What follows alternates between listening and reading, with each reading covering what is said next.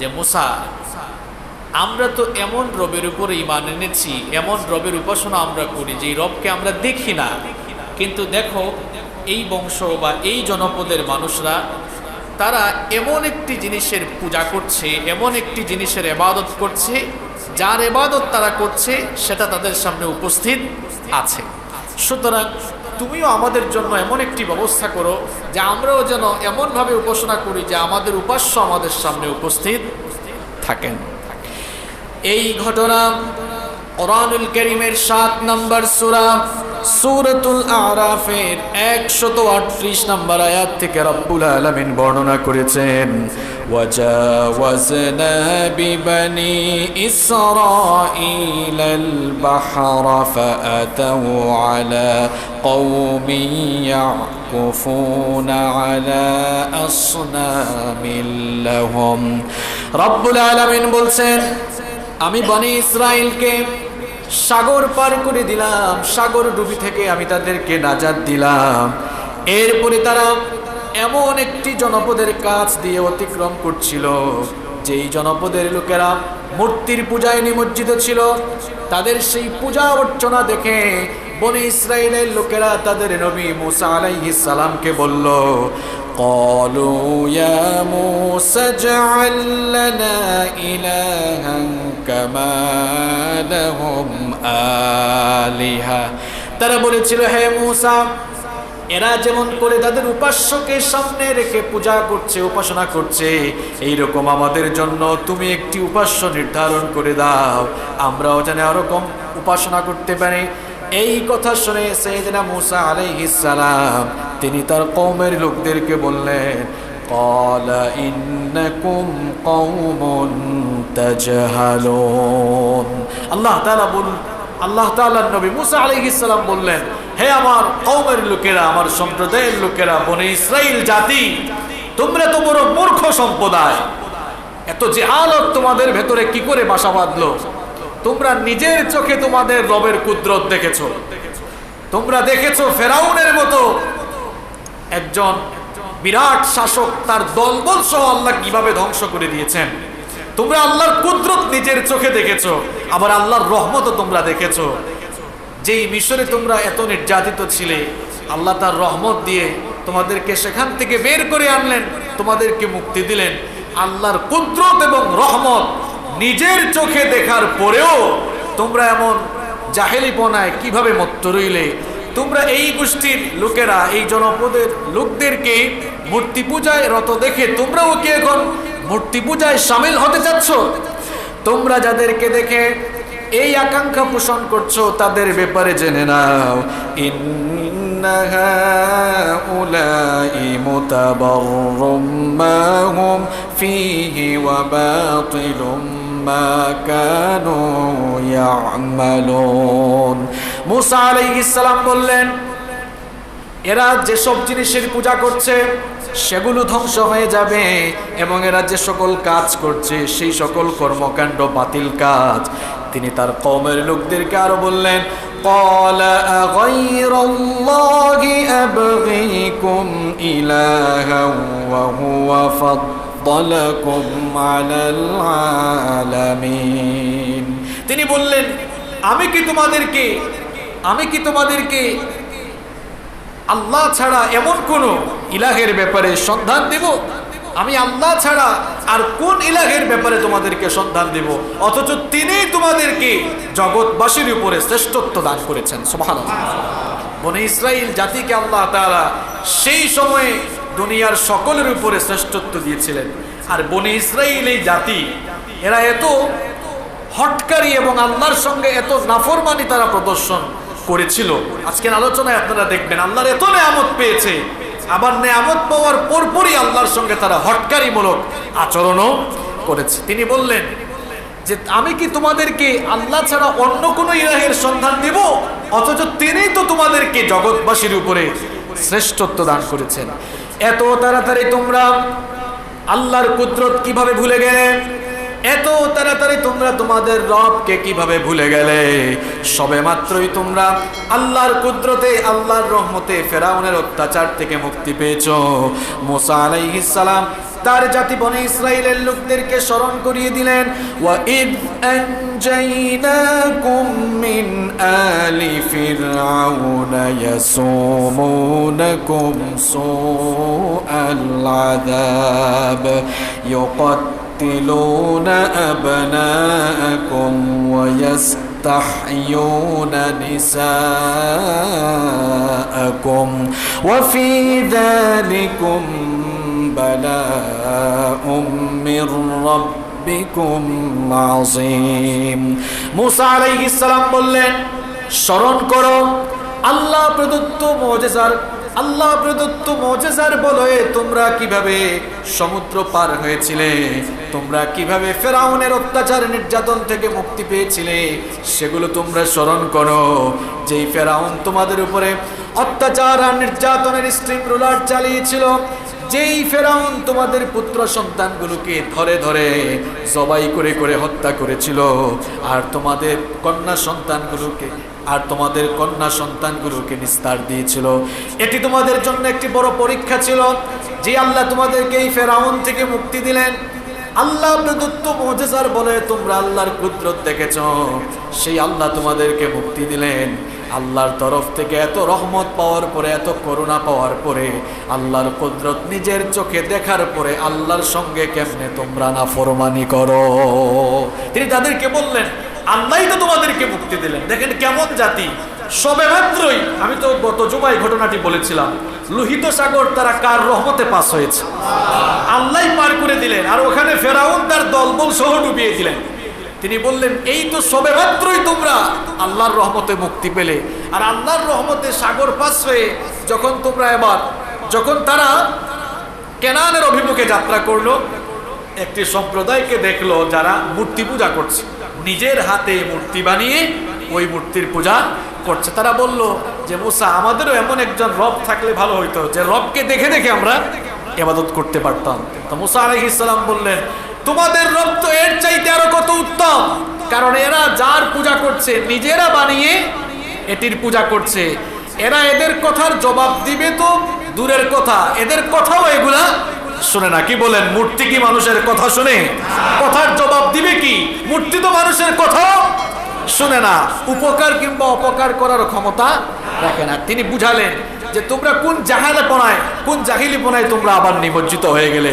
মুসা আলাইহিস সালাম যখন তার কওমের লোকদেরকে বুঝালেন, তখন তারা তাদের ভুল বুঝতে পারলো এবং তারা এই জন্য আল্লাহর কাছে ক্ষমা প্রার্থনা করলো। আল্লাহ তাআলাও তাদেরকে মাফ করে দিলেন। সাগর পাস হওয়ার পরে, ফেরাউনের অত্যাচার নির্যাতন থেকে মুক্তি পাওয়ার পরে, তারা প্রথমেই যে কাজটি করেছিল, তারা মূর্তি পূজায় ফিরে যেতে চাচ্ছিল। মুসা আলাইহিস সালাম তাদেরকে বুঝিয়ে আবারও তাদেরকে আল্লাহর দ্বীনের পথে ফিরিয়ে আনলেন। অতঃপর আল্লাহ তাআলা মুসা আলাইহিস সালামকে জানিয়ে দিলেন, ওগো আমার নবী মুসা, আমি তোমার কাছে কিতাব পাঠাতে চাই, আমি তোমার কাছে কিতাব নাজিল করতে চাই। মুসা আলাইহিস সালামকে আল্লাহ তাআলা যে কিতাব দিয়েছিলেন, তার উপরে যে কিতাব নাজিল হয়েছিল, সেই কিতাবের নাম কি? মাশাআল্লাহ, জানেন আপনারা সেই কিতাবের নাম তাওরাত। আল্লাহ তাআলা এবার মুসা নবীকে বললেন, তুমি তোমার কওম, তোমার উম্মত বনি ইসরাইলকে নিয়ে তুর পাহাড়ের দক্ষিণ পাশে চলে আসো। মুসা আলাইহিস সালামকে যখন আল্লাহ তাআলা এই আদেশ দিলেন, আল্লাহ তাআলা এই আদেশ দেওয়ার পর মুসা আলাইহিস সালাম তার কওম বনি ইসরাইলের দায়িত্ব তার আপন ভাই হারুন আলাইহিস সালামের কাছে সুপর্দ করে তিনি আগে ভাগেই তুর পাহাড়ে চলে গেলেন। গিয়ে তিনি সেখানে 40 দিন সিয়াম পালন করলেন এবং 40 দিন ইতিকাফ করলেন। এই ঘটনা কোরআনুল কারীমে রব্বুল আলামিন বর্ণনা করেছেন। আল্লাহ তাআলা বলছেন, ওয়া ওয়া'আদনা মূসা 30 লাইলাতাও ওয়া আতমামনাহা বি'আশরিন ফাতাম্মা মীকাতু রাব্বিহি 40 লাইলা। রব্বুল আলামিন বলছেন, আর আমি মূসাকে 30 রাতের ওয়াদা দিয়েছিলাম এবং আমি আরো 10 রাত বাড়িয়ে 40 রাত দ্বারা আমার ওয়াদা পূর্ণ করলাম। এভাবে আমি মূসাকে 40 রাতের ওয়াদা দিয়ে পরিপূর্ণ করলাম। সাইয়েদনা মূসা আলাইহিস সালামকে যখন রব্বুল আলামিন তুর পাহাড়ে ডেকে নিয়ে গিয়েছিলেন। মুসা আলাইহিস সালাম তখন বনি ইসরাইলের দায়িত্ব তার আপন ভাই হারুন আলাইহিস সালামের কাছে সুপর্দ করলেন। হারুন আলাইহিস সালামকে তিনি তখন বলেছিলেন, ওয়াকালা মুসা লিআখিহি হারুন আখলুফনি ফি কওমি ওয়া আসলিহ ওয়ালা তাত্তাবি' সাবিলাল মুফসিদিন। মুসা আলাইহিস সালাম তার ভাই হারুনকে বললেন যে তুমি আমার অবর্তমানে আমার কওম বনি ইসরাইলের প্রতিনিধিত্ব গ্রহণ করো। তুমি আমার অবর্তমানে আমার রিপ্রেজেন্টেটিভ হিসাবে বনি ইসরাইলের দায়িত্ব পালন করবে আর এদেরকে সংশোধন করবে, অর্থাৎ এদেরকে নেক আমলের দিকে ধাবিত করবে। আর খবরদার ফাসাদ সৃষ্টিকারীদের পদাঙ্ক তুমি অনুসরণ করো না। শুনতেছেন তো আপনারা? খুব চমৎকার ঘটনা শুরু হয়েছে। দেখেন, আল্লাহ তাআলা মুসা আলাইহিস সালামকে তুর পাহাড়ে ডাকলেন। কিসের জন্য ডাকলেন? কি দেওয়ার জন্য? তাওরাত কিতাব দেওয়ার জন্য। আর মুসা আলাইহিস সালাম তার ভাই হারুন আলাইহিস সালামকে বললেন, তুমিও আমার কওম নিয়ে আস্তে আস্তে সবাইকে একত্রিত করে তুমিও আমাকে অনুসরণ করে আসতে থাকো, আর আমি আগে ভাগে তুর পাহাড়ে চলে যাই। দায়িত্ব দিয়ে গেলেন তার ভাইয়ের কাছে যে তুমি এদের দায়িত্ব গ্রহণ করো, এদেরকে সংশোধন করো, অর্থাৎ আমার অবর্তমানে কওমের দায়িত্ব গ্রহণ করে দিনী কাজগুলো, দিনী দাওয়াত তুমি তাদের মাঝে দিয়ে যাও। এরপরে মুসা আলাইহিস সালাম যখন তুর পাহাড়ে চলে গেলেন, এটি সেই পাহাড়, গত জুমায় বলেছিলাম যে মুসা আলাইহিস সালাম তার শ্বশুর বাড়ি, তার যে শ্বশুরের এলাকার নাম কি, কার মনে আছে বলেন তো? হ্যাঁ, শুআইব আলাইহিস সালাম তো তার শ্বশুরের নাম, আর তার শ্বশুর বাড়ি ছিল কোন জায়গায়? এই বুঝি আপনারা আলোচনা শুনেন না? মাদিয়ান। এটা মাদায়ানও না, শব্দটি হচ্ছে মাদিয়ান। ওই যে শুআইব আলাইহিস সালাম শ্বশুর বাড়ি থেকে আসতেছিলেন, মনে আছে ঘটনা? ওই যে মাদিয়ান থেকে মিশরে আসার সময় তুর পাহাড়ে আসার পরে কি দেখেছিলেন? আগুন দেখেছিলেন। ওখানে আল্লাহর সঙ্গে তার জীবনে প্রথমবারের মতো তিনি আল্লাহর সঙ্গে কি করেছিলেন? কথা বলেছিলেন। এরপরে আর তুর পাহাড়েও যাওয়া হয় নাই, আল্লাহর সঙ্গে কথা বলাও। 20 বছর পরে এবার ফেরাউনের অত্যাচার নির্যাতন থেকে মুক্তি পাওয়ার পরে যখন তারা কেনানের উদ্দেশ্যে যাত্রা করছেন, আল্লাহ বললেন তুর পাহাড়ে আসো। কত বছর পরে? কত বছর পরে? 20 বছর পরে আল্লাহ তাআলা আবার মুসা নবীকে যে পাহাড়ে ডেকে নিলেন তার নাম কি? তুর পাহাড়। তুর পাহাড়ে যাওয়ার পরে মুসা আলাইহিস সালাম 40 দিন ইতিকাফ করলেন। কতদিন? 40 দিন ইতিকাফ করলেন এবং একটানা 40 দিন রোজা রাখলেন।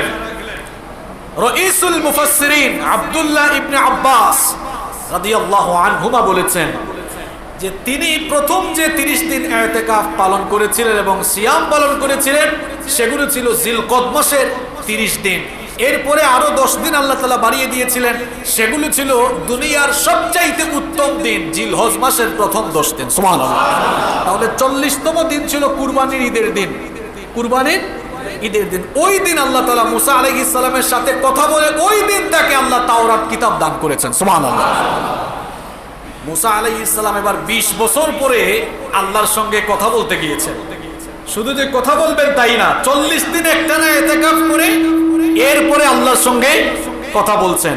আবার শুধু আল্লাহর সঙ্গে কথাই বলছেন না, বরং আল্লাহর কাছ থেকে কিতাবও নিয়ে আসতেছেন। কিতাবের নাম কি? তিনি এত খুশি হলেন, তিনি এত আনন্দিত হলেন, এখন খুশির ঠেলায় তার হৃদয়ে আকাঙ্ক্ষা জাগলো। তিনি বললেন, আল্লাহ খালি কথা বললে হবে না, আর তোমার কাছ থেকে কিতাব নিয়ে গেলে চলবে না, আমার মন চাচ্ছে তোমাকে দেখতে, আমাকে তুমি দেখা দাও। কোরআনে কারীমে এই ঘটনা এসেছে।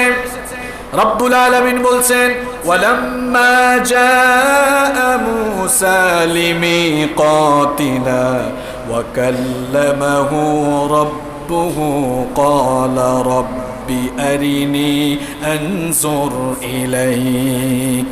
আল্লাহ তাআলা বলছেন, মূসা যখন নির্ধারিত সময়ে এসে পৌঁছালো, তার রব তার সঙ্গে কথা বললেন। এজন্য মুসা আলাইহিস সালামকে বলা হয় কালিমুল্লাহ, কারণ তার সঙ্গে কথা বলেছেন কে?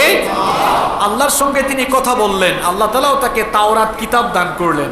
এখন তিনি তখন আল্লাহকে বললেন, রব্বি আরিনি আনজুর ইলাইক, আমার রব আপনার সঙ্গে আমি কথা বলছি, কিন্তু আপনাকে দেখতে মন চায়, আমি আপনাকে দেখতে চাই, আমার সামনে দেখা দেন। এই ঘটনা আমাদের দেশে কত আলেম, কত বক্তা, কত ভাবে যে বানিয়ে বলেছে। মাআদাল্লাহ, নবীদের কথা বলার ব্যাপারে অত্যন্ত সাবধানতা অবলম্বন করতে হবে। কোরআন এবং হাদিসে যতটুকু এসেছে এর বাহিরে আপনি রস লাগাতে যাইয়েন না। রস লাগাতে গেলেই সমস্যা আছে না নাই? এই ঘটনা তো কোরআনে আছে, আপনি আর রস লাগাতে যান কেন? তিনি বললেন, আল্লাহ আমি আপনাকে দেখতে চাই। আল্লাহ কি বললেন? রব্বুল আলামিন জবাবে বললেন, قال لن تراني ولكن انظر إلى الجبل فإن استقر مكانه فسوف تراني। আল্লাহ তাআলা বললেন, لن تراني, তুমি কখনো আমাকে দেখতে পাবে না। তবে তুমি যেহেতু আমাকে দেখতে চাচ্ছ, এক কাজ করো, যে পাহাড়ে এসেছো এই পাহাড়ের দিকে একটু নজর দাও, এই পাহাড়ের দিকে তাকাও। মানুষের গায়ের শক্তি বেশি না কাঠামোগত দিক থেকে পাহাড়ের শক্তি বেশি? কথা বলেন না কেন? কি পাহাড়ের শক্তি আপনাদের চেয়ে বেশি নাকি? পাহাড় তুলে দিতে পারবেন আপনারা? পাহাড় তো বিশাল। পাহাড় হচ্ছে মানুষের চাইতে অত্যন্ত স্থির এবং কাঠামোগত দিক থেকে অত্যন্ত শক্তিশালী। আল্লাহ তাআলা মুসা আলাইহিস সালামকে বললেন, লান তারানি, তুমি কখনো আমাকে দেখতে পাবে না, ওয়ালাকিন ইনজুর ইলাল জাবাল, বরং তুমি এই পাহাড়ের দিকে তাকাও। তুমি পাহাড়ের দিকে তাকাও, আমি আমার নূর থেকে সামান্য নূরের তাজাল্লি, সামান্য নূরের বিচ্ছুরণ এই পাহাড়ে ঘটাবো। যদি আমার এই নূর থেকে সামান্য নূরের বিচ্ছুরণ এই সুবিশাল পাহাড় সহ্য করতে পারে, তাহলেই তুমি তোমার রবকে দেখতে পাবে। এরপরে রব্বুল আলামিন তিনি তার নূর বিচ্ছুরণ, তিনি তার নূর থেকে কিছুটা নূর বিচ্ছুরণ করলেন। আল্লাহ নিজেই নূর, তার আলো যেটা সেটাও নূর, তার পর্দা যেটা সেটাও নূর। আল্লাহ তাআলা বলছেন, ফালাম্মা তাজাল্লা রাব্বুহু লিল জাবালি জাআলাহু দাক্কান ওয়া খাররা মূসা সাইকা। আল্লাহ তাআলা বলছেন, যখন তার রব, মুসার রব যখন তার নূর থেকে নূরের সামান্য তাজাল্লি পাহাড়ের উপর দিলেন, তখন পাহাড় সঙ্গে সঙ্গে তছনছ চূর্ণ বিচূর্ণ হয়ে গেল। আল্লাহু আকবার। খাররা মূসা সাইকা, এবং মূসা সঙ্গে সঙ্গে হুঁশ হারিয়ে বেহুশ হয়ে গেলেন। আল্লাহু আকবার। এখন প্রশ্ন হচ্ছে, আল্লাহ তাআলা তার নূরের কতটুকু পরিমাণ তাজাল্লি ওই পাহাড়ে দিয়েছিলেন? এটি তো আমরা হাবিজাবি বানায়া ব্যাখ্যা করা লাগবে না। নবীজি বলেছেন, হাদিসে এসেছে, নবীজি সাহাবীদেরকে বললেন, তার এই বৃদ্ধাঙ্গুল, কোন আঙ্গুল? এই বৃদ্ধাঙ্গুল কনিষ্ঠ আঙ্গুলের সাথে লাগালেন, দেখছেন এইভাবে লাগালেন, বৃদ্ধাঙ্গুল কনিষ্ঠ আঙ্গুলের সাথে লাগিয়ে বললেন, আল্লাহ তাআলা সেদিন মুসা আলাইহিস সালাম যেদিন তুর পাহাড়ে গিয়েছিলেন, সেদিন তার নূরের ঠিক এতটুকু, কতটুকু দেখছেন, এই দুই আঙ্গুল একত্রিত করে বললেন, এতটুকু বিচ্ছুরণ, তার নূরের এতটুকু তাজাল্লি ওই তুর পাহাড়ে দিয়েছিলেন। এতটুকু তাজাল্লি দেওয়া মাত্রই তুর পাহাড় চূর্ণ বিচূর্ণ হয়ে গিয়েছে। আল্লাহু আকবার। আল্লাহ তার নূরের পুরোটা দিয়েছেন। কতটুকু? আল্লাহর নবী আঙ্গুল দিয়ে দেখাইছেন, কতটুকু? এতটুকু। তার মানে খুব সামান্য, ক্ষুদ্রাতি ক্ষুদ্র নূরের তাজাল্লি আল্লাহ দিয়েছেন। সেখানেই তুর পাহাড় জ্বলে পুড়ে। আমাদের দেশের এক বেয়াদব, তার নাম হচ্ছে দেওয়ানবাগী, তার পুরা নামটা কি জানো? আমার তো এখন মনেও আসতেছে না। সে বলছে সে 100 বার নাকি আল্লাহকে দেখছে। মুসা নবীর মতো এত সিনিয়র পয়গম্বর, এত বড় মাপের পয়গম্বর, উলুল আজমি মিনার রুসুল, তিনি আল্লাহকে বলেছেন দেখবেন নূরের তাজাল্লিতে তুর পাহাড় তছনছ, আর সেখানে তার মতো বেয়াদব নাকি 100 বার দেখেছে।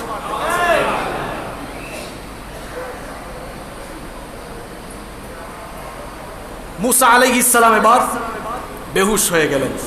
হাদিসের মধ্যে এসেছে, আল্লাহর নবী বলেছেন, এই হাদিসটি মুসলিম শরীফের মধ্যে এসেছে, আল্লাহর নবী বলেছেন, হিজাবুহু আন-নূর, আল্লাহ নূর, তার পর্দাটাও নূর। ওয়া ফি রিওয়ায়াতিন উখরা, অন্য রিওয়ায়াতে, অন্য বর্ণনায় এসেছে আন-নার, আল্লাহর নূরটা হচ্ছে আগুনের মতো।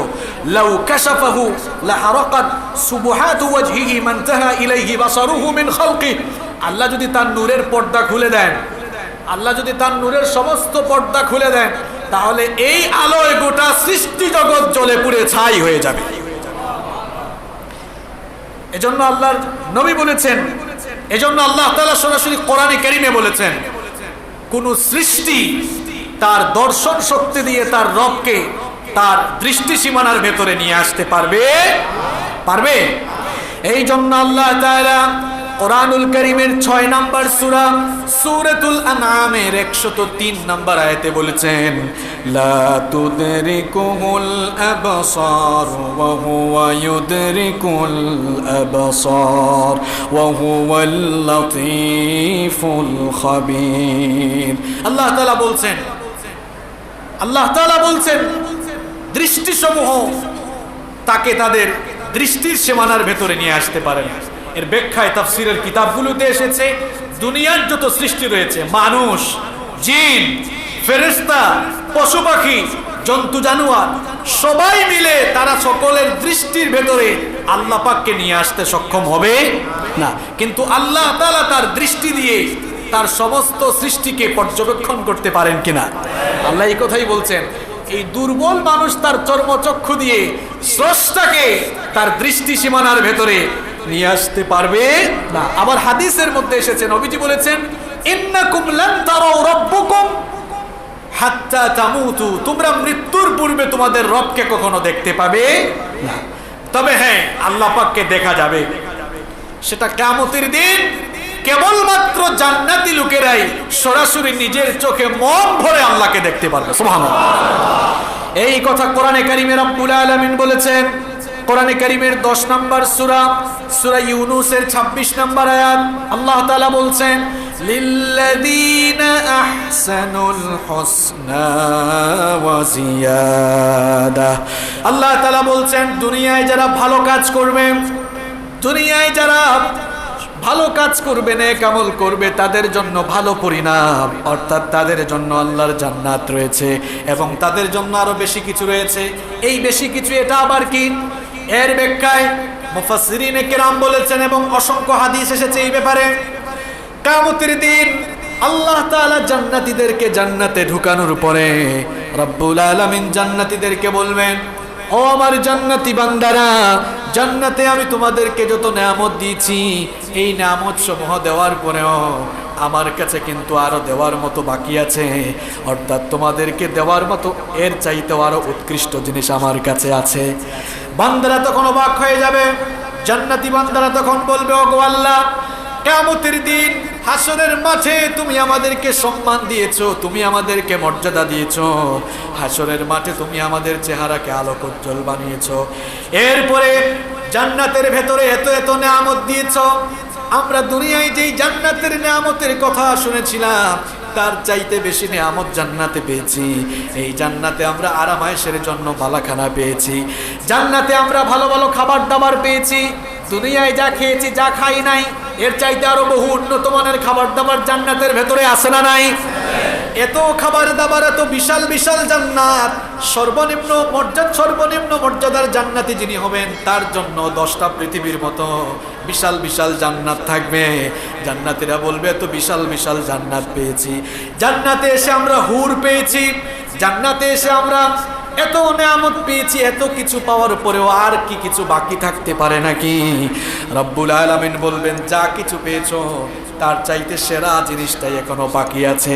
রব্বুল আলামিন তখন বলবেন, যেই রবকে না দেখে সেই রবের উপরে তোমরা ঈমান এনেছো, যেই রবকে না দেখে সেই রবের বরত্ব ঘোষণা করে যখন আযান দেওয়া হতো সেই রবের জন্য গিয়ে 5 ওয়াক্ত নামাজ পড়েছো, যেই রবকে না দেখে তার উপরে ঈমান এনে তার ভয়ে রমজান মাসের তোমরা রোজা রেখেছো, যেই রবকে না দেখে তাকে ভয় করে যাকাত দিয়েছো, হজ করেছো, যেই রবকে না দেখে ওই ঈমান এনে সেই রবের পথে জীবন যাপন করেছো, সেই রবের দিন কায়েমের জন্য আমরণ সংগ্রাম করেছো, জেলখানায় গিয়েছো, হামলা মামলার শিকার হয়েছো, এমনকি ফাঁসির রশি গলায় দিয়েছো, তুমি তোমার যেই রবের জন্য গোটা জীবনে তো কষ্ট করেছো, শুধুমাত্র সেই রবের দেওয়া জান্নাত নয়, সেই রব আজ তোমাদের সামনে চলে আসবেন এবং তোমরা নিজের চোখ দিয়ে মন ভরে তোমাদের রবকে আজ দেখতে পাবে। কোরআনে কারীমে রব্বুল আলামিন বলেছেন, ওয়াজুহু ইয়াওমাইযিন নাযিরাতুন ইলা রাব্বিহা নাযিরা। সেদিন কতক চেহারা আলোকোজ্জ্বল হয়ে যাবে আর তারা তাদের রবের দিকে তাকিয়ে থাকবে।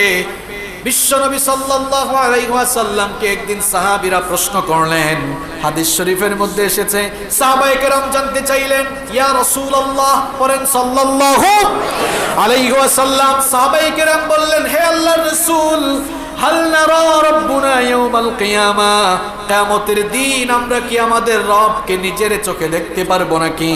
আল্লাহর নবী তখন সাহাবীদেরকে প্রশ্ন করলেন, হাল তুদাররুনা ফি রুয়াতিল কমারি লাইলাতাল বদর, পূর্ণিমার রাতে আকাশে চাঁদ দেখতে তোমাদেরকে কোনো কষ্ট হয় নাকি? সাহাবায়ে কেরাম বললেন, পূর্ণিমার রাতে আকাশের চাঁদ দেখতে কোনো মানুষেরই তো কষ্ট হয় না। আল্লাহর নবী আবারও প্রশ্ন করলেন, হাল তুদাররুনা ফিশ শামসি লাইসা দুনাহা সাহাব, মেঘমুক্ত পরিষ্কার স্বচ্ছ আকাশে দিনের বেলা সূর্য দেখতে তোমাদেরকে কোনো কষ্ট হয় নাকি?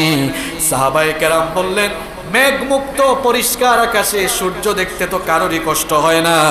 আল্লাহর নবী তখন বললেন, ফা ইন্নাকুম তারাউনাহু কাযালিক, আল্লাহর নবী বললেন, পূর্ণিমার রাতে আকাশের চাঁদ দেখতে মানুষের যেমন কোনো কষ্ট হয় না, মেঘমুক্ত স্বচ্ছ পরিষ্কার আকাশে সূর্য দেখতে যেমন মানুষের কোনো কষ্ট হয় না, তেমনি কিয়ামতের দিন তোমরা জান্নাতে গেলে তোমাদের রবকে দেখতেও তোমাদের কোনো কষ্ট হবে না, অর্থাৎ নিজের চোখে তোমাদের রবকে মন ভরে তোমরা দেখতে পারবে। আল্লাহ যেন আমাদেরকে সেই লোকদের কাতারে শামিল করেন, বলেন আমিন। আল্লাহকে দেখতে চান কি চান না? সেটা দেখা যাবে কোথায় গেলে। কিন্তু দুনিয়াতে আল্লাহর কোন বান্দা আল্লাহ তাআলাকে দেখতে পারবে না। এটি হচ্ছে আহলুস সুন্নাহ ওয়াল জামাআহ এর অভিমত। তো মুসা আলাইহিস সালাম তিনি বললেন, আল্লাহ আমি তোমাকে দেখতে চাই। কথা বলতে বলতে বলেন, আল্লাহ আমি তোমাকে কি করতে চাই? দেখতে চাই। আল্লাহ বললেন, আমাকে দেখবা পরে, আগে দেখো আমার নূরের তাজাল্লি। আর নবীজি বলেছেন কতটুকু? এই যে 2 আঙ্গুল, এই বৃদ্ধাঙ্গুল কনিষ্ঠ আঙ্গুলের সাথে মিলিয়ে আল্লাহ নবী বলেন এতটুকু। এতটুকু তাজাল্লি দিতেই তুর পাহাড় কি হয়ে গেল? চূর্ণ বিচূর্ণ হয়ে গেল। মুসা আলাইহিস সালাম সংজ্ঞা হারিয়ে ফেললেন, হুঁশ হারিয়ে ফেললেন। এরপরে তার যখন হুঁশ ফিরে আসলো, তিনি বুঝতে পারলেন যে আমার মতো দুর্বল মানুষ তার এই দুর্বল চর্মচক্ষু দিয়ে মহান রবকে দেখতে পারবে। তিনি এই জন্য লজ্জিত হলেন। লজ্জিত হয়ে তিনি বললেন, ফালাম্মা আফাকা ক্বালা সুবহানাকা তুবতু ইলাইকা ওয়া আনা আউয়ালুল মুমিনিন। তিনি বললেন, তার যখন হুঁশ ফিরে আসলো তিনি বললেন, সুবহানাকা, আমার রব আপনি অতিশয় পবিত্র, আপনি অতিশয় পবিত্র, আপনি সুমহান। আমি যা করেছি যা বলেছি এর জন্য তাওবা করছি। আর আমি মুমিনদের মধ্যে প্রথম, অর্থাৎ তিনি তার এই কর্মকাণ্ডের জন্য অনুতপ্ত হলেন। আল্লাহ তাআলা এবার সাইয়েদনা মুসা আলাইহিস সালামকে তাওরাত কিতাব দিলেন। তাওরাত কিতাব দেওয়ার পরে মুসা আলাইহিস সালামকে জানিয়ে দিলেন, ক্বালা ইয়া মুসা ইন্নী ইসতাফাইতুকা আলান নাসি বিরিসালাতি ওয়া বিকালামি ফাখুদ মা আতাইতুকা ওয়া কুম মিনাশ শাকিরিন। আল্লাহ তাআলা বললেন, হে আমার নবী মুসা, আমি আমার রিসালাত এবং আমার বাক্যালাপ দ্বারা তোমাকে মানুষের উপরে নির্বাচন করেছি, সুতরাং আমি যে কিতাব দিয়েছি এটা গ্রহণ করো আর শুকরগুজারকারী বান্দাদের মধ্যে শামিল হয়ে যাও। এরপরে রব্বুল আলামিন বললেন, ওয়া কাতাবনা লাহু ফিল আলওয়াহি মিন কুল্লি শাইইন মাউইযাতাও ওয়া তাফসীলান লিকুল্লি শাইইন ফাখুযহা বিকুওয়াতিন ওয়া'মুর কওমাকা ইয়াখুযু বিআহসানিহা। আল্লাহ তাআলা বললেন, আমি তার জন্য তাওরাত কিতাব লিখে দিলাম, ফলকের মধ্যে তাওরাত কিতাব লিখে দিলাম, যার মধ্যে উপদেশ এবং বিস্তারিত ব্যাখ্যা সন্নিবেশিত ছিল। এরপরে আমি তাকে বললাম, এটি তুমি শক্তভাবে আঁকড়ে ধরো এবং এর মাধ্যমে তোমার কওমকে তুমি নসিহত করো। এই আয়াতের ব্যাখ্যায় মুফাসসিরিনে কেরাম বলেছেন যে মুসা আলাইহিস সালাম, এই আয়াত থেকে প্রতীয়মান হয় মুসা আলাইহিস সালামকে আল্লাহ তাআলা নিজের হাতে তাওরাত লিখে সেই কিতাব দিয়েছিলেন। সুবহানাল্লাহ। তাওরাত এটি কার লেখা ছিল? কথা বুঝতেছেন আমার? আল্লাহ তাআলা নিজে, আল্লাহ তাআলা তার নিজের কুদরতি হাতে তাওরাত কিতাব লিখে মুসা আলাইহিস সালামকে দান করলেন। মুসা আলাইহিস সালামের দুটি বিশেষ শ্রেষ্ঠত্ব ছিল। এক নাম্বার, তিনি সরাসরি কথা বলেছেন কার সাথে? আর দুই নাম্বার, আল্লাহ তাআলা নিজে তাওরাত কিতাব লিখে মুসা আলাইহিস সালামকে দিয়েছিলেন। তার মানে আবার আমাদের নবীর চাইতে কিন্তু মুসা আলাইহিস সালামের মর্যাদা বেশি। কারণ যেখানে অন্যান্য নবীদেরকে কিতাব দেওয়ার জন্য ডেকে নেওয়া হতো, আমার নবীকে আল্লাহ কিতাব দেওয়ার জন্য ডেকে নেন নাই, বরং নবীজি ঘোড়ার উপরে আছেন, জিবরিল চলে এসেছেন ওহী নিয়ে। নবীজি ঘুমের মধ্যে আসেন, সেখানেও জিবরিল ওহী নিয়ে চলে এসেছেন। নবীজি জিহাদের ময়দানে কোরআন চলে এসেছে। নবীজি মক্কায় কোরআনের সূরা বা আয়াতগুলো মাক্কি, নবীজি মদিনায় কোরআনের আয়াত বা সূরাগুলো মাদানী। সুবহানাল্লাহ। নবী যাওয়া লাগে নাই, বরং আল্লাহ ফেরেশতাকে নবীর কাছে পাঠিয়েছেন। সুবহানাল্লাহ। তো মুসা আলাইহিস সালামকে আল্লাহ তাআলা তাওরাত কিতাব দান করলেন। একবার আদম আলাইহিস সালাম এবং মুসা আলাইহিস সালামের মধ্যে ঝগড়া হলো, বাদানুবাদ হলো, তর্ক বিতর্ক হলো।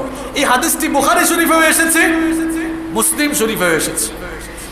عن أبي هريرة رضي الله عنه عن النبي صلى الله عليه وسلم قال احتج آدم وموسى আবু হুরায়রা রাদিয়াল্লাহু আনহু এই হাদিসটি বর্ণনা করেছেন। নবী করিম সাল্লাল্লাহু আলাইহি ওয়াসাল্লাম থেকে তিনি হাদিস বর্ণনা করছেন যে নবীজি বলেছেন, একবার আদম আলাইহিস সালাম এবং মুসা আলাইহিস সালাম বাদানুবাদে লিপ্ত হয়ে গেলেন। فقال له موسى, মুসা আলাইহিস সালাম আদম আলাইহিস সালামকে বললেন, ইয়া আদম, হে আদম, আনতা আবুনা খাইয়াবতানা ওয়া আখরাজতানা মিনাল জান্নাহ। হে আদম, আপনি আমাদের সবার বাবা, কিন্তু আপনি আমাদের আশা ভরসা শেষ করে দিলেন। দেখেন কেমন কথা বলতেছে। মুসা আলাইহিস সালাম আদম আলাইহিস সালামকে বলতেছেন যে খাইয়াবতানা, আপনি আমাদের আশা ভরসা শেষ করে দিলেন, ওয়া আখরাজতানা মিনাল জান্নাহ, আপনি আমাদেরকে নিয়ে জান্নাত থেকে চলে আসলেন এবং আমাদের আশা ভরসা শেষ করে দিলেন। আপনি যদি শয়তানের ধোঁকায় পড়ে জান্নাত থেকে বের হয়ে না আসতেন, তাহলে হয়তোবা আমরা এখন জান্নাতে থাকতাম, অথবা আমরা আসার পরে শয়তান আমাদেরকে আর ধোঁকা দিতে পারতো। বাদানুবাদ চলছে। আদম আলাইহিস সালাম বললেন, ইয়া মূসা, হে মূসা শোনো, ইয়া মূসা ইসতাফাকাল্লাহু বিকালামি, তুমি আমাকে নিয়ে কেন খামাখা চিন্তা করছো? নিজের কথা কেন ভুলে গিয়েছো? তুমি কি জানো আল্লাহ তাআলা তো কথা বলার জন্য মানুষের মধ্যে তিনি তোমাকে নির্বাচিত করেছেন। সুবহানাল্লাহ। আল্লাহ তাআলা তোমাকে কালিমুল্লাহ উপাধিতে ভূষিত করেছেন। শুধু তাই নয়, ওয়া খাত্তালাকা বিয়াদি, এবং আল্লাহ তাআলা নিজে তোমার জন্য কিতাব লিখে পাঠিয়েছেন। সুবহানাল্লাহ। এরপরে আদম আলাইহিস সালাম বললেন, আতালুমুনি আলা আমরিন, তুমি কি এমন কাজের জন্য আমাকে দোষারোপ করছো? কদ্দারাহুল্লাহু আলাইয়া ক্বাবলা আন ইয়াখলুকানি বি40 সানা, যা আমাকে বানানোর 40 বছর পরে আমার তাকদীরে আল্লাহ যা লিখে রেখেছিলেন, সেই ব্যাপারে কি তুমি আমাকে দোষারোপ করছো? অর্থাৎ তিনি বিষয়টাকে একটু টেকনিক করে তাকদীরের দিকে নিয়ে গেলেন। এবং নবীজি বলছেন, দুজনের বাদানুবাদে আদম আলাইহিস সালাম মুসা আলাইহিস সালামের উপরে জয়ী হলেন। সুবহানাল্লাহ। তো মুসা আলাইহিস সালামের একটি মর্যাদা হচ্ছে, আল্লাহ তাআলা নিজ হাতে তাওরাত কিতাব লিখে মুসা আলাইহিস সালামকে দান করেছিলেন। ওইদিকে মুসা আলাইহিস সালাম তুর পাহাড়ে আসার সময় কওমের দায়িত্ব দিয়ে এসেছিলেন কার কাছে? মনে আছে আপনাদের? মাশাআল্লাহ। কার কাছে? এখন দায়িত্ব দিয়ে তিনি যে এখানে আসলেন, এখানে এসে কতদিন অবস্থান করলেন? কথা কন না কেন, কতদিন? এই 40 দিনে এরা কামটা করলো কি দেখেন।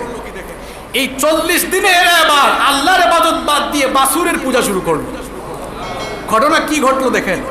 মুসা আলাইহিস সালামের সাথে আল্লাহ কথা বলছেন। কথা বলার এক পর্যায়ে আল্লাহ তাআলা মুসা আলাইহিস সালামকে আল্লাহ তাআলা জিজ্ঞেস করলেন, কোরআনে কারীমের 20 নম্বর সূরা, সূরা তাহা এর 83 নম্বর আয়াত থেকে এই ঘটনা বর্ণিত হচ্ছে। আল্লাহ তাআলা জিজ্ঞেস করলেন, ওয়া মা আ'জালাকা আন কওমিকা ইয়া মূসা। আল্লাহ তাআলা বললেন, হে মূসা, তুমি এত তাড়াতাড়ি তোমার কওমকে রেখে চলে আসলে কি কারণে? কোন জিনিস তোমাকে তোমার কওমকে ফেলে রেখে এখানে আগে আসতে বাধ্য করলো? তুমি কেন এত আগে আমার কাছে চলে আসলে? মূসা আলাইহিস সালাম তখন বললেন, قال هم أولئك على أثري وعجلت إليك ربي لترضى। মূসা আলাইহিস সালাম তখন বললেন, হে আমার রব, আমি তো আমার কওমকে ফেলে আসি নাই, বরং তিনি বললেন, আমি আমার ভাইকে দায়িত্ব দিয়ে এসেছি, সেই জন্য সবাইকে একত্রিত করে আমি আসার পরে তারাও যেন এখানে চলে আসে, আর আমি আগে ভাগে এখানে চলে এসেছি যেন তুমি আমার উপরে সন্তুষ্ট হয়ে যাও। এখন মূসা আলাইহিস সালাম এই 40 দিন কি ঘটতেছে তিনি না জানলো, আল্লাহ তাআলা জানেন কিনা? আল্লাহ জানেন কিনা? আল্লাহ তাআলা তখন বললেন, তুমি যে তোমার কওমকে রেখে এসেছো, এদের অবস্থা কি হয়েছে জানো নাকি? আল্লাহ তাআলা বললেন, قال فإنا قد فتنا قومك من بعدك وأضلهم السامري। আল্লাহ তাআলা বললেন, তুমি এখানে আসার পরে তোমার কওম এরা পথভ্রষ্ট হয়েছে। সামিরি তাদেরকে পথভ্রষ্ট করে দিয়েছে। কে পথভ্রষ্ট করে দিয়েছে? সামিরি, একজন লোকের নাম। এই সামিরি তাদেরকে পথভ্রষ্ট করে দিয়েছে। সামিরি তাদেরকে অলরেডি গোবৎস বাসুরের পূজায় তাদেরকে নিমজ্জিত করে ফেলেছে।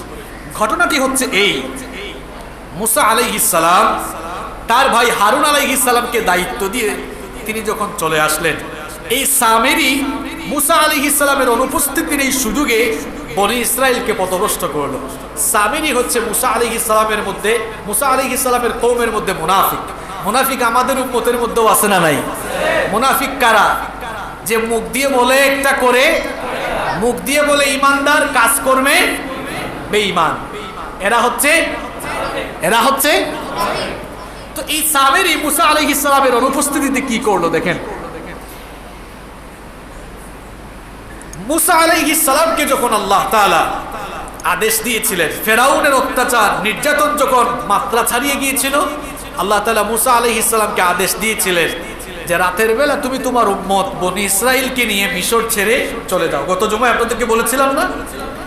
তো বনি ইসরাইলের লোকেরা মুসা আলাইহিস সালামের সাথে মিশর ছেড়ে চলে যাচ্ছিল। মিশর ছেড়ে চলে যাওয়ার সময় তারা মুসা আলাইহিস সালামের অগোচরে মুসা আলাইহিস সালামকে না বলে তারা একটা কাজ করে ফেলেছে। সেই কাজটা হচ্ছে, ফেরাউন সম্প্রদায়ের কেউ যেন তাদেরকে সন্দেহ না করে, তারা যে মিশর থেকে বের হচ্ছে কেউ যেন তাদেরকে সন্দেহ করতে না পারে, এই জন্য বনি ইসরাইলের লোকেরা ফেরাউনের বংশের লোকদের কাছ থেকে কিছু অলংকার, স্বর্ণের অলংকার, স্বর্ণের গহনাগাটি নিয়ে আসতো, এই বলে যে তোমরা আমাদেরকে কিছু স্বর্ণ ধার দাও, আমরা উৎসবের জন্য একটু বাইরে যাচ্ছি, 2-1 দিন পরে আমরা আসার পরে তোমাদেরকে এটা ফেরত দিয়ে দিব। স্বর্ণ অলংকার ধার করে নিয়ে যাচ্ছে। এরা যে মিশর থেকে বের হচ্ছে যেন কেউ তাদেরকে সন্দেহ করতে না পারে। কিন্তু তাদের এই কাজের কথা মুসা আলাইহিস সালাম জানতেন না। মুসা আলাইহিস সালামের অগোচরে বনি ইসরাইলের লোকেরা এই কাজ করলো। তারা মিশর থেকে বের হওয়ার সময় ফেরাউনের বংশের লোকদের কাছ থেকে কিছু স্বর্ণ অলংকার ধার করে নিয়ে আসলো, বলল আমরা উৎসবের জন্য মিশরের বাইরে যাচ্ছি, 2-1 দিন পরে ফিরে আসবে, আসলে তোমাদেরকে আবার দিয়ে দিব, যাতে এরা মনে করে বুঝছি এরা তো 2-1 দিনের জন্য বাইরে উৎসব পালন করতে যাচ্ছে, আবার ফিরে আসবে। কিন্তু এরা যখন সাগর পাস হয়ে গেল, আল্লাহ তাআলা যখন মুসা আলাইহিস সালামের উম্মত বনি ইসরাইলকে লোহিত সাগর পার করে দিলেন, আর ফেরাউনকে তার দলবল সুদ্ধা লোহিত সাগরে ডুবিয়ে দিলেন, নিমজ্জিত করে ধ্বংস করে দিলেন, বনি ইসরাইল তো আর মিশরে ফিরে আসলো না, এবং এদের কাছে আর যে স্বর্ণ অলংকারগুলো তাদের কাছ থেকে ধার এনেছিল তাদের কাছে আর ফেরত দেওয়ারও সুযোগ থাকলো না। তো সামিরি তাদেরকে বলল, মুসা আলাইহিস সালাম যখন তুর পাহাড়ে চলে গেলেন, এই সামিরি বলল, দেখো তোমরা যে বনি ইসরাইলের কাছ থেকে স্বর্ণ অলংকার ধার করে নিয়ে আসছিলা, এখন তাদেরকে তো এগুলো ফেরত দেওয়ারও কোনো সুযোগ নাই, কারণ আমরা মিশর থেকে চলে এসেছি। আবার এগুলো তোমরা নিজেরাও ব্যবহার করতে পারবা না, কারণ ধার করা জিনিস তো তোমরা নিজেরা, এখন ধার করে নিয়ে আসা জিনিসগুলো তোমরা যদি ব্যবহার করো এটা তোমাদের জন্য জায়েজও হবে না। তো সামিরি বলল, তাহলে তোমরা এক কাজ করো, তোমরা যেন গুনাহের ভাগীদার না হও, একটা গর্ত খনন করে সেই গর্তের মধ্যে সেই স্বর্ণ অলংকারগুলো নিক্ষেপ করো। এখন মুসা আলাইহিস সালামের ভাই হারুন আলাইহিস সালামের কানেও এই কথা বলো। এই কথা হারুন আলাইহিস সালাম শোনার পরে, হারুন আলাইহিস সালাম তিনি অত্যন্ত সহজ সরল প্রকৃতির মানুষ ছিলেন, তিনিও সামিরির সাথে একমত হলেন। তিনি বললেন, সামিরি যা বলেছে ঠিকই বলেছে, কারণ এগুলো তাদের কাছে আমরা এখন ফিরিয়েও দিতে পারবো না, আবার আমরা এগুলো ব্যবহারও করতে পারবো না। হারুন আলাইহিস সালাম বললেন, ঠিক আছে গর্ত খনন করো। এবার গর্ত খনন করা হলো।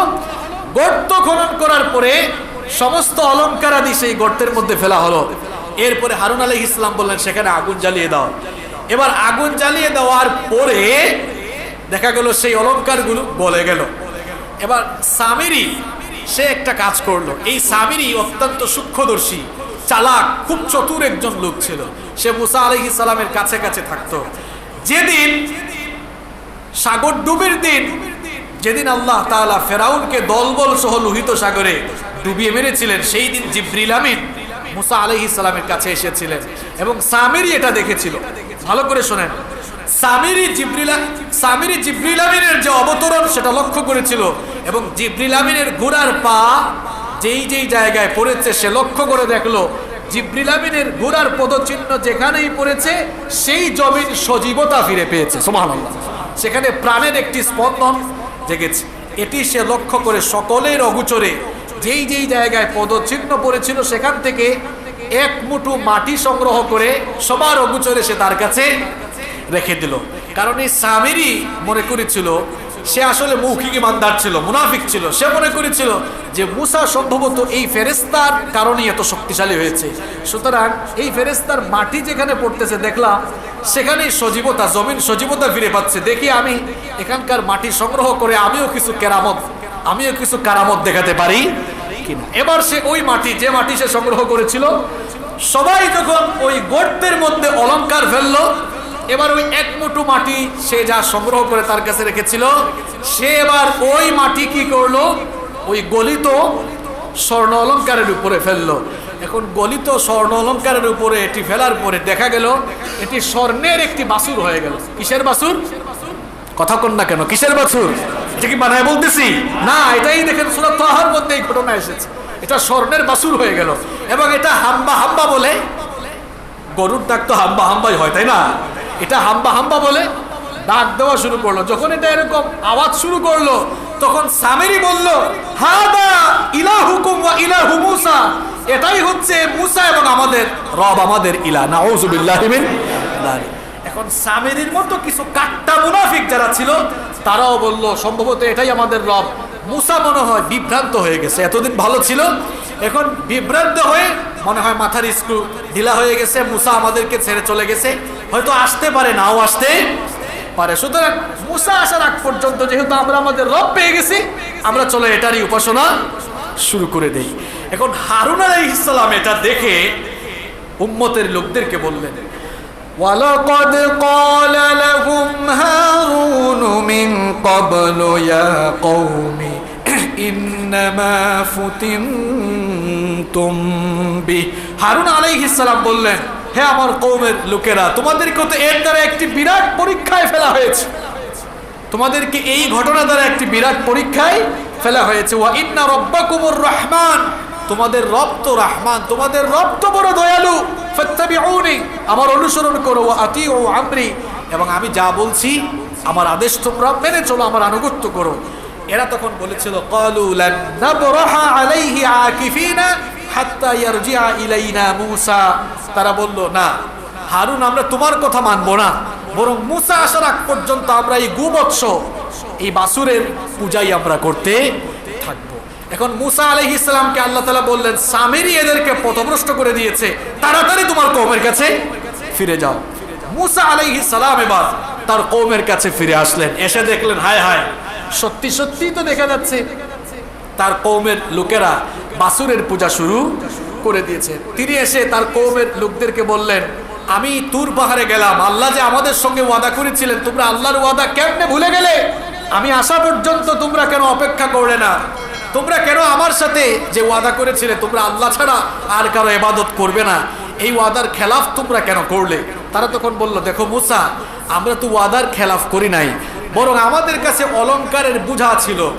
এখানে পরামর্শ করে সিদ্ধান্ত হয়েছিল যে আমরা যেন এই অলংকারগুলো একটা গর্তে ফেলে দেই, আর সামিরি আমাদেরকে এটা বলেছিল। এরপরে সামিরি কি যেন নিক্ষেপ করলো, তারপরে সেটা বাছুর হয়ে গেল। আর আমরা তো মনে করেছিলাম এটা আমাদের রব, এই জন্য আমরা এটার পূজা শুরু করেছি। এই জন্য আমাদেরকে দোষ দিও না, আমরা আসলে স্বেচ্ছায় এই কাজ করি নাই। মূসা আলাইহিস সালাম তিনি তো খুব রাগী নবী ছিলেন। এবার রেগে তিনি তার ভাই হারুন আলাইহিস সালামের চুল আর দাড়ি ধরে টান মারলেন, বলেন, হে হারুন, তোমাকে না বললাম এদেরকে দেখে রাখতে, এরা যে এই কাজ করলো তুমি কি তাদেরকে বাধা দাও নাই? হারুন আলাইহিস সালাম তখন বললেন যে, ভাই আমার চুল আর দাড়ি ছাড়ো, রাগ করিও না, আমি এদেরকে বাধা দিয়েছি, কিন্তু আমি বাধা দেওয়ার পরে এরা আমাকে বলেছে আমাকে নাকি তারা হত্যা করে ফেলবে। কারণ আমি চিন্তা করলাম তুমি আসার আগেই যদি আমি তাদের সঙ্গে যুদ্ধে লিপ্ত হয়ে যাই অথবা এদেরকে ছেড়ে আমি তোমার কাছে চলে যাই তাহলে তো এরা দলে দলে বিভক্ত হয়ে যাবে, এজন্য আমি তোমার আসা পর্যন্ত অপেক্ষা করছিলাম। মুসা আলাইহিস সালাম সামেরীকে বললেন, সামেরী তুমি কেন এই কাজ করলে? সামেরী তখন বলল, সেও স্বীকার করে নিল, সে বলল ওই যে জিবরিলের পদচিহ্নের মাটি সে সংগ্রহ করেছিল, সে বলল আমি এই কাজ করে এটা করেছিলাম, আমার মন সায় দিয়েছিল এই কাজটি করার জন্য। আল্লাহ তাআলার তরফ থেকে এবার সামেরীর জন্য শাস্তি নির্ধারণ হলো এবং সামেরীর সাথে তাল মিলে যারা মুনাফিক হয়ে ওই গোবৎসের পূজা করেছিল তাদের উপরে এবার শাস্তি আসলো। মুসা আলাইহিস সালাম জানিয়ে দিলেন আল্লাহ তাআলা সামেরীর জন্য শাস্তি নির্ধারণ করেছেন যে সামেরী আজ থেকে যতদিন বেঁচে থাকবে তাকেও কেউ স্পর্শ করতে পারবে না এবং সেও কাউকে স্পর্শ করতে পারবে না। মুসা আলাইহিস সালাম সামেরীকে বললেন যে তুমি যতদিন বেঁচে থাকবে তুমি শুধু তোমার সামনে যারা থাকবে সবাইকে বলবে লা মিসাস, আমি অস্পৃশ্য, অর্থাৎ আমাকে স্পর্শ করো না, আমি অস্পৃশ্য, আমাকে স্পর্শ করো না। এটা একেবারে গজব দিয়ে ধ্বংস করে দেওয়ার চাইতেও কিন্তু আরো মারাত্মক গজব। অর্থাৎ যতদিন সে বেঁচে ছিল আল্লাহর গজব ছিল যে তাকে কেউ ছুঁইতে পারতো না, সেও কাউকে ছুঁইতে পারতো না। যে তাকে ছুঁইতো অথবা সে কাউকে ছুঁলে সঙ্গে সঙ্গে দুজনেই জ্বরে আক্রান্ত হয়ে যেত। এভাবেই সামেরী মৃত্যুর আগ পর্যন্ত এই গজবে সে নিমজ্জিত ছিল। আর যারা সামেরীর সাথে গোবৎসের পূজায় নিমজ্জিত হয়েছিল আল্লাহ তাআলা বললেন মুসা এদের সবাইকে মৃত্যুদণ্ড দাও। এদের মধ্যে এরপরে মুসা আলাইহিস সালাম আল্লাহর নির্দেশ মোতাবেক আল্লাহর নির্দেশ অনুযায়ী তাদেরকে বললেন যে যারা গোবৎসের পূজা করেছে তাদেরকে হত্যা করা হবে। অনেককে হত্যা করার পরে বাকিরা যখন আল্লাহর কাছে তওবা করলো আল্লাহ তাদেরকে মাফ করে দিলেন এই শর্তে যে এখন তোমরা বাইতুল মুকাদ্দাসে জিহাদের জন্য যাবা। এই ঘটনা সামনে আসতেছে, আমরা বলবো এই শর্তে আল্লাহ তাদেরকে মাফ করে দিলেন। এরপরে মুসা আলাইহিস সালাম ফিরে আসলেন কোন কিতাব নিয়ে? কথা বলেন, কোন কিতাব নিয়ে? মুসা আলাইহিস সালাম বললেন দেখো আল্লাহ তাআলা তো আমাকে তাওরাত কিতাব দিয়েছেন, এখন এই তাওরাত কিতাবের উপরে তোমরা ঈমান আনো। দেখেন এত আযাব গজব আল্লাহর কুদরত এত কিছু দেখার পরেও মুসা আলাইহিস সালাম যখন তাওরাত কিতাব নিয়ে আসলেন তখন তারা কি বলল? তারা বলল মুসা তুমি বললেই কি আমরা এটা বিশ্বাস করে ফেলবো? এমনও তো হতে পারে এই 40 দিন তুমি কইছিলে আমরাও জানি না, এমনও হতে পারে 40 দিন তুমি বসে বসে নিজে নিজে এটা লেখে এখন এনে বলতেছো এটা আল্লাহর কিতাব, আমরা এটা বিশ্বাস করি না। তবে হ্যাঁ আল্লাহ যদি নিজে আমাদেরকে জানিয়ে দেন এটা তার কিতাব তাহলে আমরা বিশ্বাস করব। আর তুমি যে দাবি করতেছো তুর পাহাড়ে আল্লাহ তোমার সঙ্গে কথা বলেছেন, কই আমরা তো শুনি নাই। আমরা যদি নিজের কানে শুনি আল্লাহ তোমার সঙ্গে কথা বলতেছেন আর আল্লাহ যদি নিজে ঘোষণা দেন এটা আল্লাহর কিতাব তাহলে আমরা ঈমান আনবো। কেমন জাতি দেখছেন? আর মুসা আলাইহিস সালাম তিনি এবার আল্লাহর কাছে বললেন যে আল্লাহ আমি এখন কি করব? আল্লাহ তাআলা জানিয়ে দিলেন যে তুমি এদেরকে বলো ঠিক আছে তোমরা আমার সাথে তুর পাহাড়ে চলো, তুর পাহাড়ে গেলে আমি যে আল্লাহর সঙ্গে কথা বলছি সেটা তোমরা নিজের কানে শুনতে পাবা। এবার বনি ইসরাইলের লোকেরা কি করলো? বনি ইসরাইলের লোকেরা তাদের মধ্য থেকে 70 জন লোককে নির্বাচিত করলো। কয়জন লোককে? 70 জন লোককে নির্বাচিত করে এদেরকে মুসা আলাইহিস সালামের সাথে পাঠিয়ে দিল। বলল এরা আমাদের প্রতিনিধি, এরা তোমার সঙ্গে যাবে, এরাই সব কিছু দেখবে যে তুমি আসলেই আল্লাহর সঙ্গে কথা বলেছো কি না। এখন এদেরকে নিয়ে মুসা আলাইহিস সালাম তুর পাহাড়ে গেলেন। মুসা আলাইহিস সালাম এদেরকে নিয়ে তুর পাহাড়ে যাওয়ার পর মুসা আলাইহিস সালাম আল্লাহর সঙ্গে কথা বললেন। দেখেন আগে বলেছিল আল্লাহ যে তোমার সঙ্গে কথা বলছেন আমরা নিজের কানে না শোনা পর্যন্ত বিশ্বাস করব না। এখন ওই 70 জন গিয়ে নিজের কানেই শুনলো আল্লাহ তাআলা মুসা আলাইহিস সালামের সঙ্গে কথা বলছেন। নিজের কানে শোনার পর এবার কি বলতেছে জানেন? এবার বলতেছে এটাই যে আল্লাহ এটা আমরা কেন বিশ্বাস করব? এটা তো অন্য কারো আওয়াজও হইতে পারে। কেমন জাতি দেখছেন?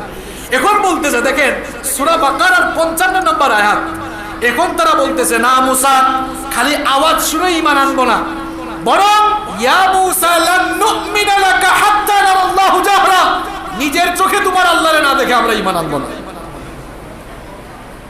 শুধু আওয়াজ শুনলে হবে না, নিজের চোখ দিয়ে আল্লাহরে দেখতে চাই। এখন মুসা আলাইহিস সালাম তো মনে মনে বলতেছেন যে আমি দেখতে গিয়ে আমার যে অবস্থা হয়েছিল এখন না জানি তোমাদের উপরে কোন গজব আসে। তারা বলতেছে না না দেখে ঈমান আর আনবো না। তখন কি হলো? আল্লাহ তাআলা বলছেন যে ফাআখাযাতকুমুস সাইকা, একটি বিরাট বজ্রনিনাদ, বজ্রপাত তো বুঝেন আপনারা, যে নোয়াখালীর মানুষরা বলে ঠাডা পড়ছে, এইরকম তুর পাহাড়ের উপরে এই 70 জনের উপর ঠাডা পড়লো। কি পড়লো? সবগুলা জায়গায় শেষ, মরে গেছে। আর মুসা আলাইহিস সালাম দেখলেন যে আমারে তো আল্লাহ বেহুশ করছেন, আর এদেরকে আল্লাহ একেবারে, কথা কন না কেন, মেরে ফেলছে। অর্থাৎ আল্লাহ তো আমার উপরে কিছুটা দয়া করছে, আল্লাহ আমাকে মারে নাই। আল্লাহ আমাকে আগের বার আমি বলছিলাম আল্লাহ দেখতে চাই, তখন আমি কি হয়ে গিয়েছিলাম। এখন আল্লাহ যখন আল্লাহকে এরা দেখতে চাইছে, এমন ঠাডা পড়ছে একদম সবগুলা মরে গেছে। এখন মুসা আলাইহিস সালাম বলেন, আল্লাহ এরা যে এখন মরে গেল, আমি যদি একা একা আমার কওমের কাছে ফিরে যাই, এমনিতেই এরা এত নাফরমান, এরা আমার উপর দোষ দিবে যে আমি মনে হয় 70 জনকে একাই মেরে ফেলছে। তিনি বলেন, আল্লাহ এদেরকে আবার তুমি পুনরায় জীবন দাও। আল্লাহ তাআলা জীবন কেড়ে নেওয়ার পরেও জীবন দিতে পারেন কিনা? মুসা আলাইহিস সালামের দোয়া আল্লাহ কবুল করলেন, এদেরকে আবার আল্লাহ জীবন দিলেন। এরা অবাক হয়ে গেল, হায় হায়, মরার পরে আবার জিন্দা হলাম কেমনে? তারা তাদের ভুলের জন্য এবার মাফ চাইলো, বলল মুসা আল্লাহকে আর দেখা লাগবে না, আল্লাহকে দেখার জন্য দেখতে চেয়ে যে ঠাডা উপরে পড়ছে, এই ভুল আর জীবনে করব না। এবার এই 70 জনকে নিয়ে মুসা আলাইহিস সালাম বনি ইসরাইলের কাছে গেলেন। 70 জন সাক্ষী দিল, তারা বলল যে হ্যাঁ, সত্যি সত্যি মুসার সাথে আল্লাহ কথা বলেছেন এবং আল্লাহ বলেছেন এটি আল্লাহর কিতাব। সুবহানাল্লাহ। এখন এই 70 জন তো দেখছে, বাকিরা দেখে নাই। এখন আগে তো তারা ওয়াদা দিয়েছিল যে ঠিক আছে আমাদের 70 জন যা বলবে আমরা তাই, এখন তো মেনে নিল তারা। এখন আল্লাহর কিতাব তাওরাত মুসা আলাইহিস সালাম তাদের সামনে দিয়ে বললেন, এবার তোমরা তোমাদের মতো চলতে পারবে না, চলতে হবে কার বিধান মতো? আর আল্লাহর বিধানগুলো যেই কিতাবে আল্লাহ দিয়েছেন সেই কিতাবের নাম। যারা দুনিয়ালোভী মানুষ, এরা আল্লাহর আইন দিয়ে তাদের জীবন পরিচালনা করতে চায় না, এজন্য তারা আল্লাহর আইনের বিরোধী, বা আল্লাহর আইন যেই দেশে যেই সমাজে আল্লাহর বিধান অনুযায়ী সমাজ দেশ চলে, দেখা যায় দিন বিরোধীরা তাদের অন্তরে জ্বালাপুরা লালন করে। কোথায় কোন দেশে শরিয়া আইন চালু হয়েছে, এই জন্য আমাদের দেশে লাফালাফি করতে করতে এক শ্রেণীর মানুষদের ঘুম হারাম হয়ে গেছে। ওই দেশের নামও তো আমি যদি বলি, এখন এই যে ইউটিউবার ভাইরা নিচ্ছে, এটা আপলোড দিলে তাদের চ্যানেল ভ্যানিশ হয়ে যাবে। এখন কোন দেশ বুঝে নেন আপনারা, কারণ কোন দেশে শরিয়া আইন চালু হয়েছে, ওই দেশে কেন শরিয়া আইন চালু হলো, এখন এই দেশ থেকে লাফালাফি করতেছে। যারা এত লাফালাফি করে, আমার তো মনে হয় এরা বনি ইসরাইলের মতো অত্যন্ত নাফরমান মানুষ, আল্লাহর আইন তাদের কাছে ভালো লাগে। এখন সব যখন ঠিকঠাক, মুসা আলাইহিস সালাম বলেন এটা মানো। এখন দেখতেছে, আচ্ছা বলেন তো আল্লাহর আইন মানলে কি আর কেসনুবাজি করা যাবে? আল্লাহর আইন মানলে কি ওই গায়িকা নায়িকা নর্তকীদেরকে নিয়ে হোটেলে হোটেলে ঘোরা যাবে?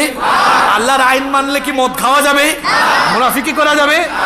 বনি ইসরাইল ভাবলো, হায় হায়, মুসার কথা মেনে যদি তাওরাত দিয়ে জীবন পরিচালনা শুরু করি, তাহলে তো আমরা আমাদের মতো চলতে পারবো। তারা আপত্তি করলো, মুসা এই কিতাব দিয়ে জীবন চালাইতে পারবো না। এখনো যারা আল্লাহর কিতাব অনুযায়ী জীবন পরিচালনা করতে পারে না, কিংবা আল্লাহর বিধানগুলোকে মেনে নিতে যারা অস্বীকার করে, এরা নামের ইমানদার হলেও আসলে তারা বেঈমান মুনাফিক। আল্লাহ তাআলা বললেন, মুসা এরা যদি এবার এত কিছু করার পর প্রথমে বললে এটা আল্লাহর কিতাব মানি না, আল্লাহ এটা দিয়েছেন বিশ্বাস করি না, এমনও হতে পারে 40 দিন তুমি নিজে এটা বানায় নিয়ে আসছো, নিজের কানে শুনতে চাই, নিজের কানে শুনে বললো না, কানে শুনলে হবে না, দেখতেও চাই, দেখতে গিয়া ঠাড়া বললো, এরপরে সবাই আসলো, এবার বললো ঠিক আছে আমরা মানলাম, এখন আল্লাহর কিতাব দিয়ে জীবন চালাইতে চাই। এবার আল্লাহ তাআলা সূরা বাকারার 63 নম্বর আয়াতে কি বললেন, যেটা আজকের খুতবার শুরুতে আয়াতটা আমি পড়লাম। আল্লাহ তাআলা তখন বললেন, ওয়া ইদ আখাযনা মিসাকাকুম ওয়া রাফা'না ফাওকাকুমুত তুর। আল্লাহ এবার তুর পাহাড়কে তুলে নিলেন, তুর পাহাড় তুলে তাদের মাথার উপরে রাখলেন। আল্লাহু আকবার। আল্লাহ তুর পাহাড়, আসলে যে যেমন, ওই যে বলে না যেমন কুকুর তেমন, তো যে যেমন তারে এমন শাস্তি দেওয়া লাগে। তুর পাহাড় মাথার উপরে রেখে আল্লাহ বললেন, এই আমার তাওরাত কিতাব অনুযায়ী জীবন চালাবা না এই পাহাড় উপরে ফেলাইয়া একদম আবার ঠাড়া ফেলাবো? এখন দেখতেছে হায় হায়, তুর পাহাড় যদি পরে বাঁচবে একটাও? এবার বলতেছে না আল্লাহ মানবো, ঠিক আছে অসুবিধা নেই, সব মেনে চলবো। আল্লাহ ছেড়ে দিলেন। এই ছেড়ে দেওয়ার পরে এরপরে এদের অবস্থা কি হলো? এই বনি ইসরাইল জাতিটা কিন্তু সাংঘাতিক জাতি, এদের আরো কাজ কারবার আপনারা আগামী জুমায় আরো দেখবেন, যেটা কেমন জাতি। এরা খাওয়া দাওয়া খায়, বলে এই খাওয়া দাওয়া ভালো লাগে না, আবার মান্না সাল্লাহ খাইতে চাই। তো এগুলো আমরা আগামী জুমায় আলোচনা করব ইনশাআল্লাহ। আজকে এতটুকুই। হাদা মা ইনদি ওয়াল ইলমু ইনদাল্লাহ। আসসালামু আলাইকুম। আচ্ছা, এখানে একটি